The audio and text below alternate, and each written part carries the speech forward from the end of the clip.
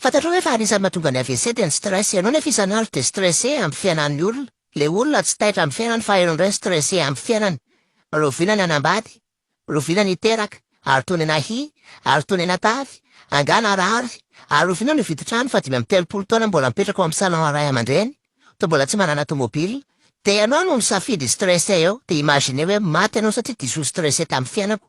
Ka isorohana an'izay dia indro anao omeko conseil hiadivana amin'ny stress. Miezaka matory 8 heures par jour. Limitena ny écran bleu à partir à 23 heures dia miezaka tsy mijery téléphone mampidina stress be mihitsy iny. Miezaka mihinana fruits et légumes ary miezaka mihinana sakafo ara-pahasalamana fa tsy hoe McDo foana na hoe pain frity foana.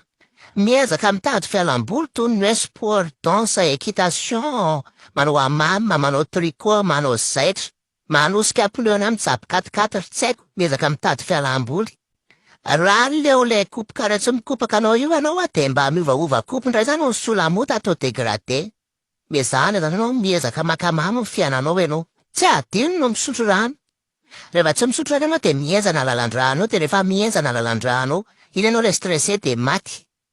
Dia amin'izay fotoana izay no misoratra amin'ny fiainam-paranao nefa tsy tokony hoe nalahy andray hodany aminy rehefa avy nivahiny 5 taona teto tany.